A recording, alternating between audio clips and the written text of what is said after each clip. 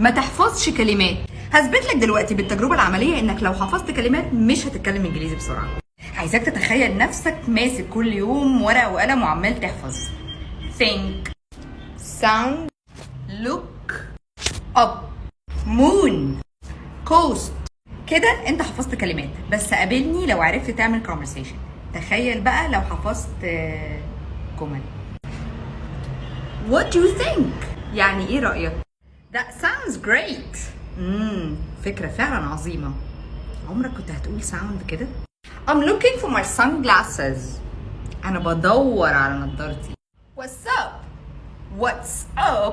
يعني ازيك عامل ايه؟ I'm over the moon. يعني أنا مبسوط جدا. How much does this cost؟